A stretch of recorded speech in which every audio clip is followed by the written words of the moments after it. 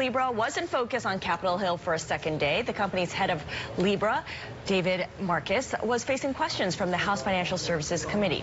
Our Kevin Cirilli spoke with one of those lawmakers asking the questions, Republican Congressman French Hill from Arkansas. I think Mr. Marcus's main point was this is an idea.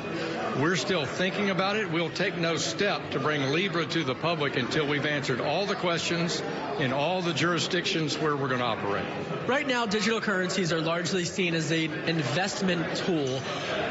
How would it impact the average American consumer in the short term and the long term? One comes to fruition. Well, I think Libra, for example, biggest impact globally would be P2P, peer-to-peer transfers, something you see Western Union doing, remittances between countries. I see that as a principal issue. But for investors and for business people, B2B or C2B, I see it as a way to do an international transaction at lower cost for making a large purchase, or whether you're in the commodities markets or the investment markets. The key for us in Congress is, will this money transfer business be fully licensed, and will it be fully appropriate from a KYC, know your customer rules under the money laundering laws? So yesterday when David Marcus testified in the Senate, Republicans, just like here in the House Financial Services Committee, were saying this is the reality. This technology isn't coming, it's here. Democrats are arguing that this shouldn't even really exist, or that there needs to be much more stringent regulations. Is there any agreement or consensus in the regulatory foundation or framework between Republicans and Democrats, or are there just no one's on the same page?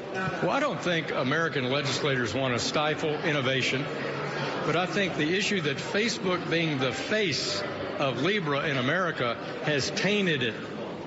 So I think the Facebook angle is what has caused people to ask a bunch of extra questions. If this were J.P. Morgan proposing this or General Electric, it might have gotten a different, more reticent viewpoint. Because of Facebook's issues recently on Capitol Hill and with the American public, it's caused, I think, more scrutiny. Do you trust Facebook to be to really be the driver of this type of technology as it moves forward? Well, Facebook's an innovative company. Facebook's job and all of its partners, and may have up to 100 multinational partners in Libra, is to convince jurisdictions in Europe and the U.S. principally that they have a safe and sound product that will benefit and be done in context with the anti-money laundering laws and our safety about money transfer generally. I've got two more questions for you. The first is, what is the timetable? Is there a timetable about any type of regulatory action to be taken on this type of technology? Well, I think Secretary Mnuchin and the Fed Chairman Jay Powell both have said they want to see the details. And I believe Mr. Marcus is outlining to both the House and Senate, you'll have those details over the next few months leading up to a launch in 2020 or shortly after 2020, but only if they get everything right.